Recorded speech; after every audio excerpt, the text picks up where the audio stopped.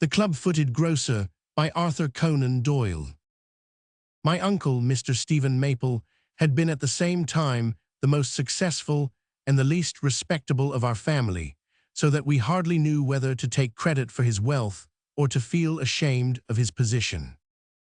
He had, as a matter of fact, established a large grocery in Stepney which did a curious mixed business, not always, as we had heard, of a very savory character, with the riverside and seafaring people.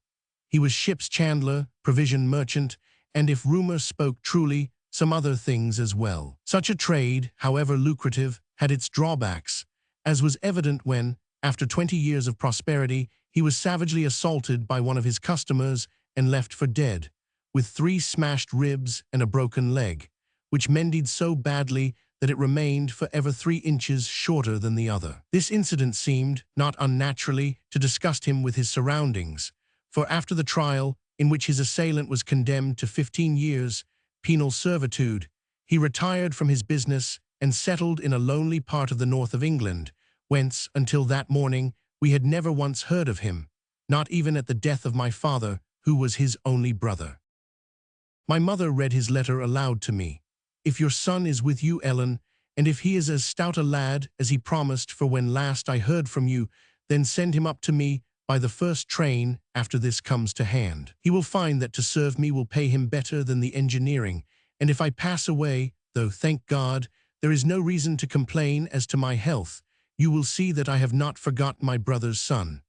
Congleton is the station, and then a drive of 4 miles to Greta House, where I am now living. I will send a trap to meet the 7 o'clock train, for it is the only one which stops here. Mind that you send him, Ellen, for I have very strong reasons for wishing him to be with me. Let bygones be bygones if there has been anything between us in the past. If you should fail me now, you will live to regret it."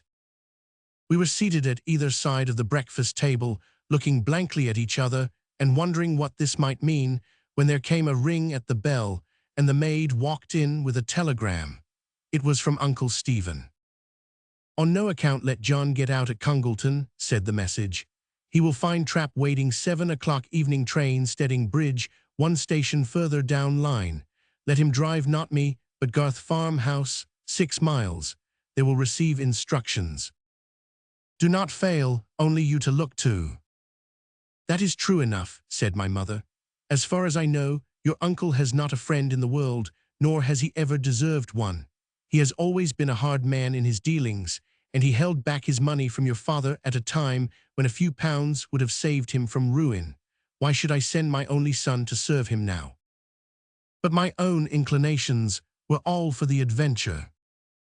If I have him for a friend, he can help me in my profession," I argued, taking my mother upon her weakest side. "I have never known him to help anyone yet," said she, bitterly. "And why all this mystery about getting out at a distant station and driving to the wrong address? He has got himself into some trouble, and he wishes us to get him out of it. When he has used us, he will throw us aside, as he has done before. Your father might have been living now if he had only helped him." But at last my arguments prevailed, for, as I pointed out, we had much to gain and little to lose, and why should we, the poorest members of a family, go out of our way to offend the rich one? My bag was packed and my cab at the door when there came a second telegram. "Good shooting. Let John bring gun. Remember Stedding Bridge, not Congleton." And so, with a gun case added to my luggage and some surprise at my uncle's insistence, I started off upon my adventure. The journey lies over the main Northern Railway as far as the station of Carnfield, where one changes for the little branch line which winds over the fells. In all England, there is no harsher or more impressive scenery. For 2 hours, I passed through desolate rolling plains, rising at places into low, stone-littered hills, with long, straight outcrops of jagged rock showing upon their surface. Here and there little grey-roofed, grey-walled cottages huddled into villages, but for many miles at a time no house was visible nor any sign of life save the scattered sheep which wandered over the mountain sides. It was a depressing country, and my heart grew heavier and heavier as I neared my journey's end, until at last the train pulled up at the little village of Stedding Bridge, where my uncle had told me to alight. A single ramshackle trap, with a country lout to drive it, was waiting at the station. "Is this Mr. Stephen Maple, S?" I asked. The fellow looked at me with eyes which were full of suspicion. "What is your name?" he asked, speaking a dialect which I will not attempt to reproduce. "John Maple." "Anything to prove it?" I half raised my hand, for my temper is none of the best, and then I reflected that the fellow was probably only carrying out the directions of my uncle. For answer, I pointed to my name, printed upon my gun case. Yes, that is right. It's John Maple sure enough," said he, slowly spelling it out. "Get in, maester, for we have a bit of a drive before us." The road, white and shining, like all the roads in that limestone country, ran in long sweeps over the fells, with low walls of loose stone upon either side of it. The huge moors, mottled with sheep and with boulders, rolled away in gradually ascending curves to the misty skyline. In one place, a fall of the land gave a glimpse of a grey angle of distant sea. Bleak and sad and stern were all my surroundings, and I felt, under their influence, that this curious mission of mine was a more serious thing than it had appeared when viewed from London. This sudden call for help from an uncle whom I had never seen, and of whom I had heard little that was good, the urgency of it, his reference to my physical powers, the excuse by which he had ensured that I should bring a weapon, all hung together and pointed to some vague but sinister meaning. Things which appeared to be impossible in Kensington became very probable upon these wild and isolated hillsides. At last, oppressed with my own dark thoughts, I turned to my companion with the intention of asking some questions about my uncle, but the expression upon his face drove the idea from my head. He was not looking at his old, unclipped chestnut horse, nor at the road along which he was driving, but his face was turned in my direction, and he was staring past me with an expression of curiosity and, as I thought, of apprehension. He raised the whip to lash the horse, and then dropped it again, as if convinced that it was useless. At the same time, following the direction of his gaze, I saw what it was which had excited him. A man was running across the moor.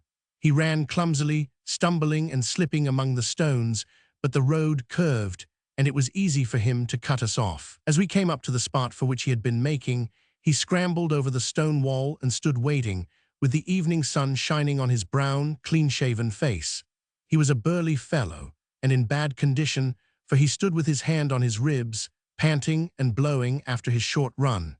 As we drove up, I saw the glint of earrings in his ears. "Say, mate, where are you bound for?" he asked, in a rough but good-humored fashion. "Farmer Purcell, S., at the Garth farm," said the driver. "Sorry to stop you," cried the other, standing aside. "I thought as I would hail you as you passed, for if so be as you had been going my way, I should have made bold to ask you for a passage." His excuse was an absurd one, since it was evident that our little trap was as full as it could be, but my driver did not seem disposed to argue. He drove on without a word, and looking back, I could see the stranger sitting by the roadside and cramming tobacco into his pipe. "A sailor," said I. "Yes, maester, we're not more than a few miles from Morecambe Bay," the driver remarked. "You seemed frightened of him," I observed. "Did I?" said he dryly, and then, after a long pause, "Maybe I was. As to his reasons for fear, I could get nothing from him, and though I asked him many questions, he was so stupid, or else so clever, that I could learn nothing from his replies. I observed, however, that from time to time he swept the moors with a troubled eye, but their huge brown expanse was unbroken by any moving figure. At last, in a sort of cleft in the hills in front of us, I saw a long, low-lying farm building, the center of all those scattered flocks. "Garth Farm," said my driver.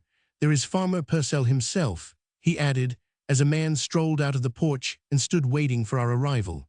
He advanced as I descended from the trap, a hard, weather-worn fellow with light blue eyes and hair and beard like sun-bleached grass. In his expression, I read the same surly ill-will which I had already observed in my driver. Their malevolence could not be directed towards a complete stranger like myself, and so I began to suspect that my uncle was no more popular on the North Country fells than he had been in Stepney Highway. You're to stay here until nightfall. That's Mr. Stephen Maple's wish, said he curtly. You can have some tea and bacon if you like. It's the best we can give you. I was very hungry and accepted the hospitality in spite of the churlish tone in which it was offered. The farmer's wife and his 2 daughters came into the sitting room during the meal, and I was aware of a certain curiosity with which they regarded me. It may have been that a young man was a rarity in this wilderness, or it may be that my attempts at conversation won their goodwill, but they all 3 showed a kindliness in their manner. It was getting dark, so I remarked that it was time for me to be pushing on to Greta House. You've made up your mind to go then, said the older woman. Certainly, I have come all the way from London. There's no one hindering you from going back there. But I have come to see Mr. Maple, my uncle. Oh well, no one can stop you if you want to go on, said the woman, and became silent as her husband entered the room. With every fresh incident, I felt that I was moving in an atmosphere of mystery and peril, and yet it was all so intangible and so vague that I could not guess where my danger lay. I should have asked the farmer's wife point-blank, but her surly husband seemed to divine the sympathy which she felt for me and never again left us together. It's time you were going, mister, said he at last, as his wife lit the lamp upon the table. Is the trap ready? You'll need no trap, you'll walk, said he. How shall I know the way? William will go with you. William was the youth who had driven me up from the station. He was waiting at the door, and he shouldered my gun case and bag. I stayed behind to thank the farmer for his hospitality, but he would have none of it. I ask no thanks from Mr. Stephen Maple, nor any friend of his, said he bluntly. I am paid for what I do. If I was not paid, I would not do it. Go your way, young man, and say no more. He turned rudely on his heel and re-entered his house, slamming the door behind him. It was quite dark outside, with heavy black clouds drifting slowly across the sky. Once clear of the farm enclosure and out on the moor, I should have been hopelessly lost if it had not been for my guide, who walked in front of me along narrow sheep tracks which were quite invisible to me. Every now and then, without seeing anything, we heard the clumsy scuffling of the creatures in the darkness. At first my guide walked swiftly and carelessly, but gradually his pace slowed down, until at last he was going very slowly and stealthily, like one who walks light-footed amid imminent menace. This vague, inexplicable sense of danger in the midst of the loneliness of that vast moor was more daunting than any evident peril could be, and I had begun to press him as to what it was that he feared, when suddenly he stopped and dragged me down among some gorse bushes which lined the path. His tug at my coat was so strenuous and imperative that I realized that the danger was a pressing one, and in an instant I was squatting down beside him as still as the bushes which shadowed us. It was so dark there that I could not even see the lad beside me. It was a warm night, and a hot wind puffed in our faces. Suddenly in this wind there came something homely and familiar, the smell of burning tobacco. And then a face, illuminated by the glowing bowl of a pipe, came floating towards us. The man was all in shadow, but just that one dim halo of light with the face which filled it, brighter below and shading away into darkness above, stood out against the universal blackness. A thin, hungry face, thickly freckled with yellow over the cheekbones, blue, watery eyes, an ill-nourished, light-colored mustache, a peaked yachting cap. That was all that I saw. He passed us, looking vacantly in front of him, and we heard the steps dying away along the path. Who was it? I asked, as we rose to our feet. I don't know. The fellow's continual profession of ignorance made me angry. Why should you hide yourself then? I asked sharply. Because Maester Maple told me. He said that I were to meet no one. If I met anyone, I should get no pay. You met that sailor on the road. Yes, and I think he was one of them. One of whom? One of the folk that have come on the fells. They are watchin' Greta House, and Maester Maple is afeard of them. That's why he wanted us to keep clear of them, and that's why I've been a-trying to dodge 'em. Here was something definite at last. Some body of men were threatening my uncle. The sailor was one of them. The man with the peaked cap, probably a sailor also, was another. I bethought me of Stepney Highway and of the murderous assault made upon my uncle there. Things were fitting themselves into a connected shape in my mind when a light twinkled over the fell, and my guide informed me that it was Greta. The place lay in a dip among the moors, so that one was very near it before one saw it. A short walk brought us up to the door. I could see little of the building save that the lamp which shone through a small latticed window showed me dimly that it was both long and lofty. The low door under an overhanging lintel was loosely fitted, and light was bursting out on each side of it.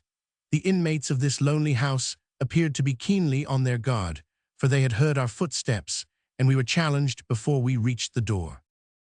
"Who is there?" cried a deep booming voice, and urgently, "Who is it, I say?" "It's me, Maester Maple. I have brought the gentleman." There was a sharp click, and a small wooden shutter flew open in the door. The gleam of a lantern shone upon us for a few seconds. Then the shutter closed again.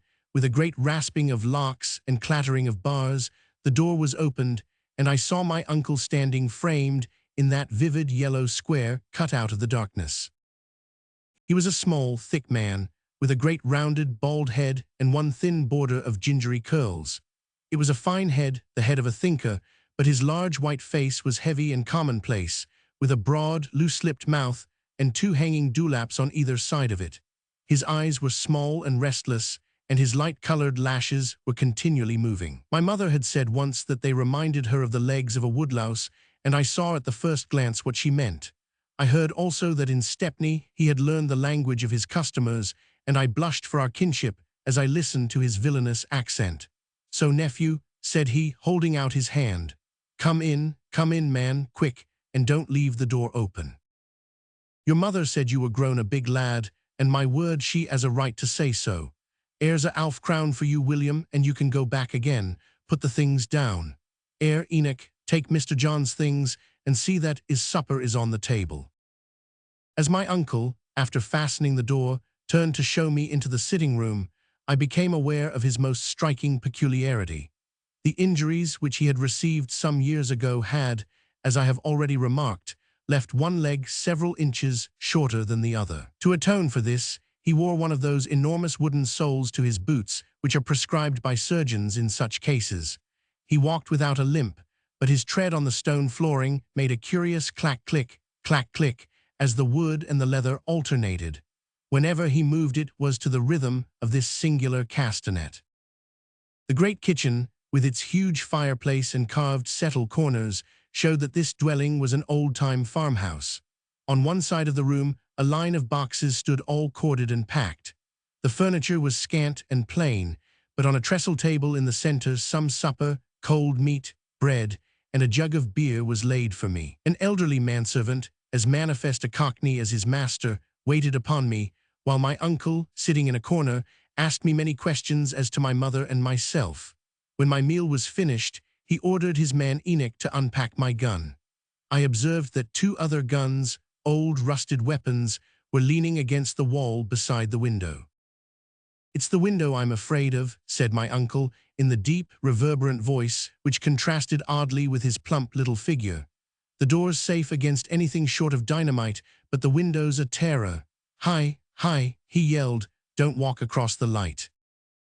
You can duck when you pass the lattice."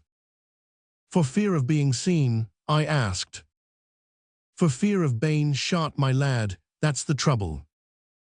Now come and sit beside me on the trestle air, and I'll tell you all about it, for I can see that you are the right sort and can be trusted." His flattery was clumsy and halting, and it was evident that he was very eager to conciliate me. I sat down beside him, and he drew a folded paper from his pocket. It was a Western Morning News, and the date was 10 days before. The passage over which he pressed a long black nail was concerned with the release from Dartmoor of a convict named Elias, whose term of sentence had been remitted on account of his defense of a warder who had been attacked in the quarries. The whole account was only a few lines long. "Who is he, then?" I asked. My uncle cocked his distorted foot into the air. "That's his mark," said he. "He was doing time for that. Now he's out and after me again." But why should he be after you? Because he wants to kill me. Because he'll never rest, the worrying devil, until he as ad is revenge on me. It's this way, nephew, I've no secrets from you. He thinks I've wronged I am for argument's sake. We'll suppose I have wronged I am, and now I am and his friends are after me. Who are his friends? My uncle's boom sank suddenly to a frightened whisper. Sailors, said he. I knew they would come when I saw that air paper, and 2 days ago I looked through that window, and 3 of them was standing looking at the ooze. It was after that I wrote to your mother. They've marked me down, and they're waiting for I am. But why not send for the police? My uncle's eyes avoided mine. Police are no use, said he. It's you that can help me. What can I do? I'll tell you, I'm going to move. That's what all these boxes are for. Everything will soon be packed and ready. I have friends at Leeds, and I shall be safer there. Not safe, mind you, but safer. I start tomorrow evening, and if you will stand by me until then, I will make it worth your while. There's only Enoch and me to do everything, but we shall have it all ready, I promise you, by tomorrow evening. The cart will be round then, and you and me and Enoch and the boy William can guard the things as far as Congleton Station. Did you see anything of them on the fells? Yes, said I. A sailor stopped us on the way. I knew they were watching us. That was why I asked you to get out at the wrong station and to drive to Purcell S instead of Common Air. We are blockaded, that's the word. And there was another, said I, a man with a pipe. What was he like? Thin face, freckles, a peaked. My uncle gave a hoarse scream.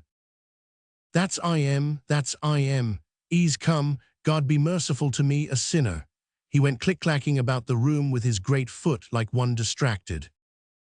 There was something piteous and baby-like in that big bald head, and for the first time I felt a gush of pity for him. Come, uncle, said I, you are living in a civilized land. There is a law that will bring these gentry to order. Let me drive over to the county police station tomorrow morning, and I'll soon set things right. But he shook his head at me. He's cunning and he's cruel, said he. I can't draw a breath without thinking of him, 'cause he buckled up 3 of my ribs. He'll kill me this time, sure. There's only one chance. We must leave what we have not packed, and we must be off first thing tomorrow morning. Great God, what's that? A tremendous knock upon the door had reverberated through the house, and then another and another. An iron fist seemed to be beating upon it. My uncle collapsed into his chair. I seized a gun and ran to the door. Who's there? I shouted. There was no answer. I opened the shutter and looked out. No one was there. And then suddenly I saw that a long slip of paper was protruding through the slit of the door. I held it to the light. In rude but vigorous handwriting the message ran. Put them out on the doorstep and save your skin. What do they want? I asked as I read him the message. What they'll never have, no, by the Lord, never, he cried with a fine burst of spirit. Enoch, Enoch. The old fellow came running to the call. Enoch, I've been a good master to you all my life, and it's your turn now. Will you take a risk for me? I thought better of my uncle when I saw how readily the man consented.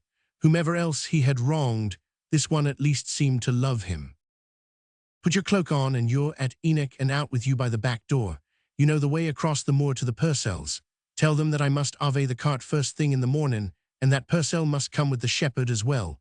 We must get clear of this or we are done. First thing in the morning, Enoch, and £10 for the job. Keep the black cloak on and move slow, and they will never see you. We'll keep the ooze till you come back.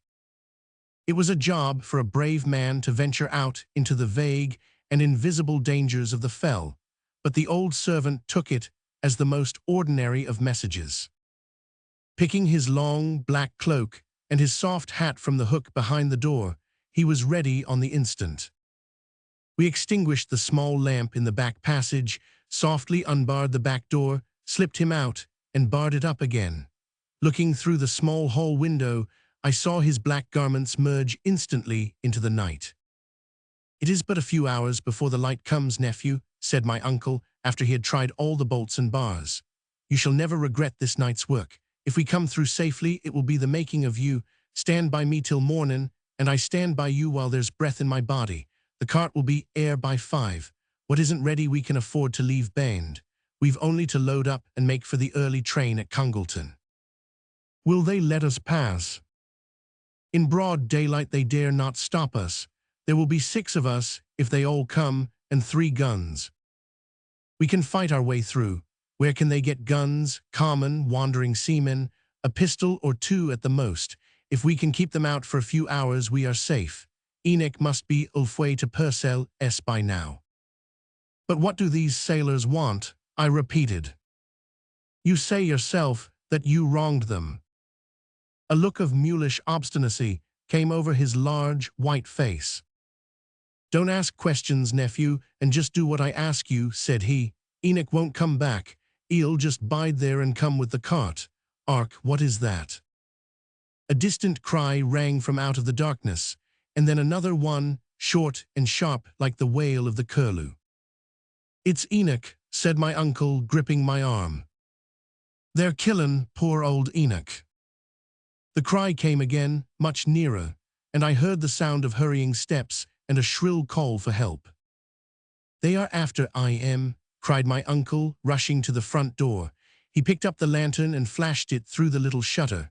Up the yellow funnel of light, a man was running frantically, his head bowed and a black cloak fluttering behind him. The moor seemed to be alive with dim pursuers. The bolt," gasped my uncle. He pushed it back whilst I turned the key, and we swung the door open to admit the fugitive. He dashed in and turned at once with a long yell of triumph. "Come on, lads, tumble up, all hands, tumble up.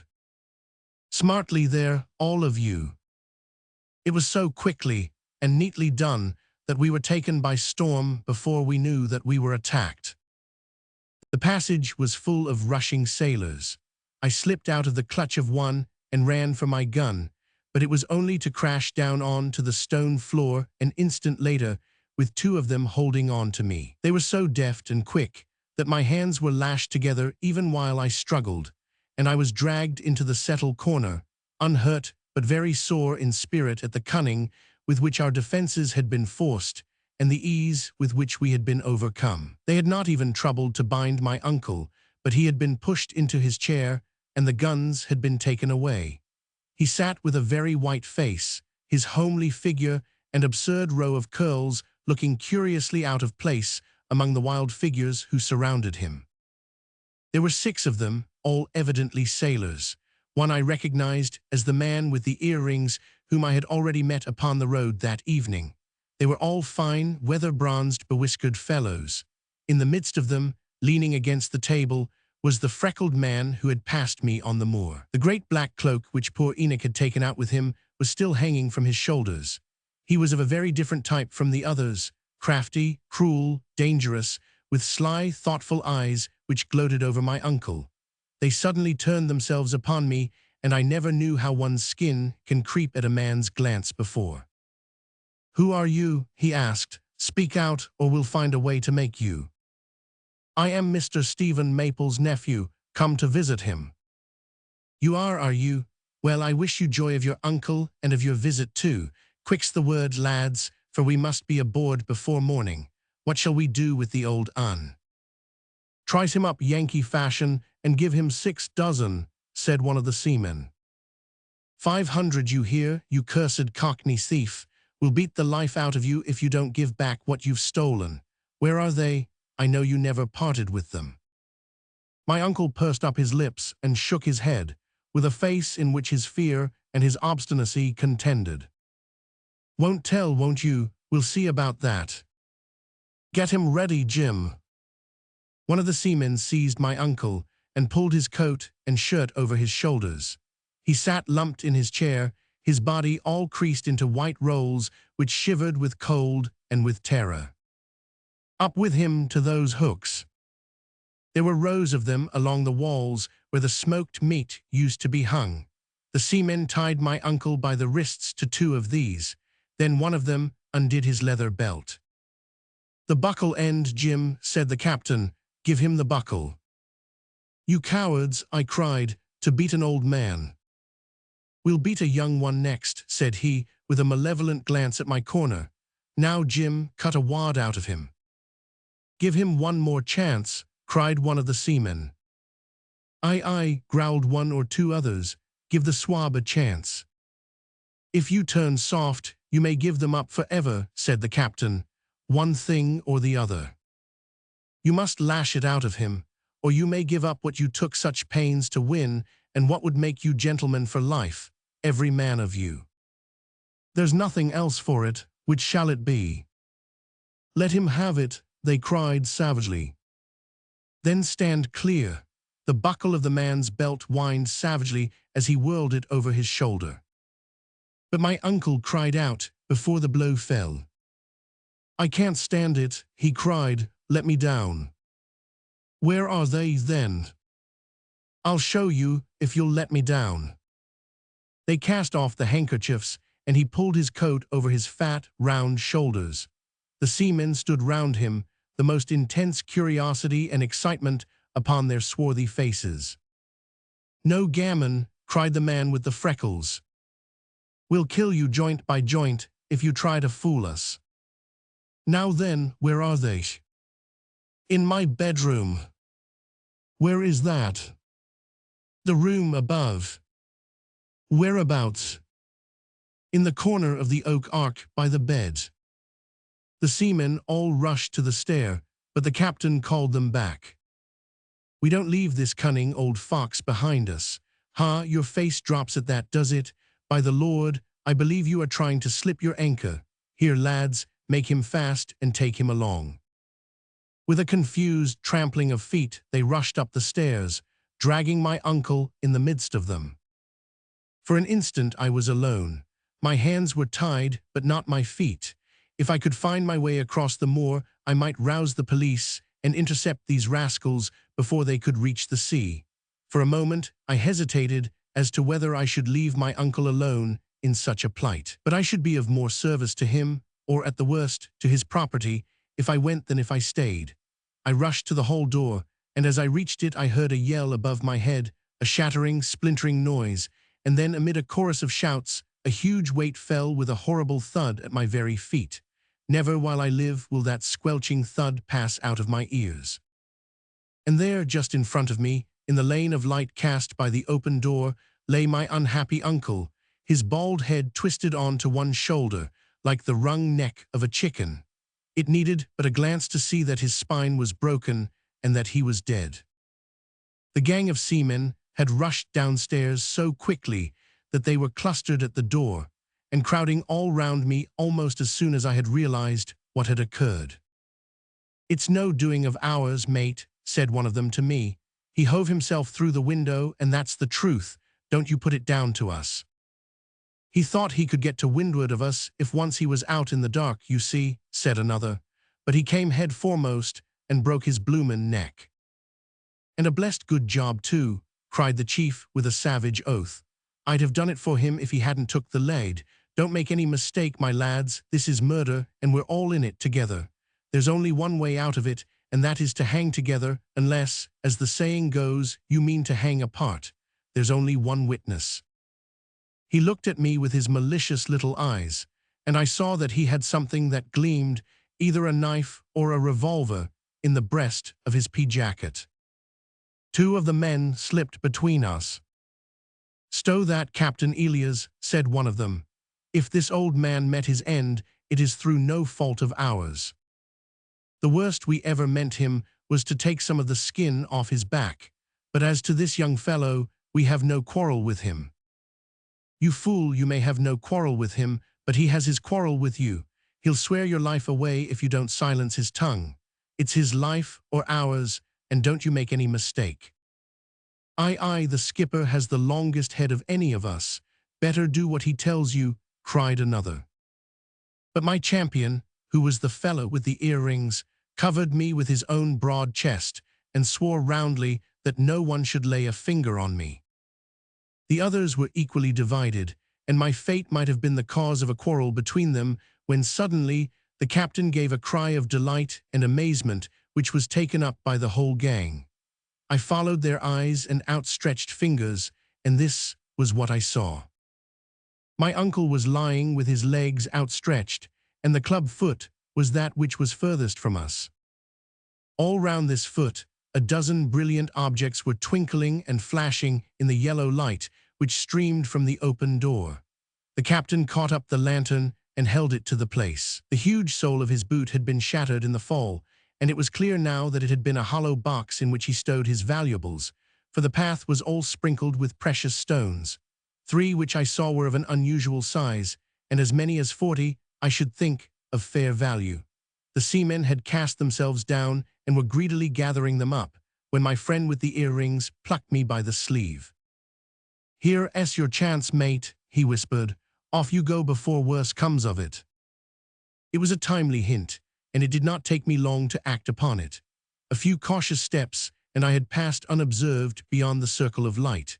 Then I set off running, falling and rising and falling again, for no one who has not tried it can tell how hard it is to run over uneven ground with hands which are fastened together. I ran and ran, until for want of breath I could no longer put one foot before the other. But I need not have hurried so, for when I had gone a long way I stopped at last to breathe, and looking back, I could still see the gleam of the lantern far away, and the outline of the seamen who squatted round it. Then at last this single point of light went suddenly out, and the whole great moor was left in the thickest darkness. So deftly was I tied that it took me a long half-hour and a broken tooth before I got my hands free. My idea was to make my way across to the Purcells' farm, but north was the same as south under that pitchy sky, and for hours I wandered among the rustling, scuttling sheep without any certainty as to where I was going.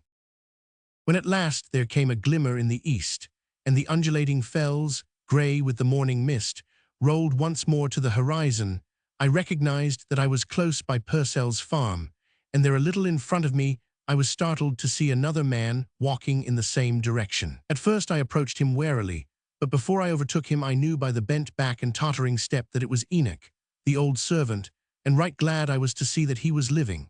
He had been knocked down, beaten, and his cloak and hat taken away by these ruffians, and all night he had wandered in the darkness, like myself, in search of help.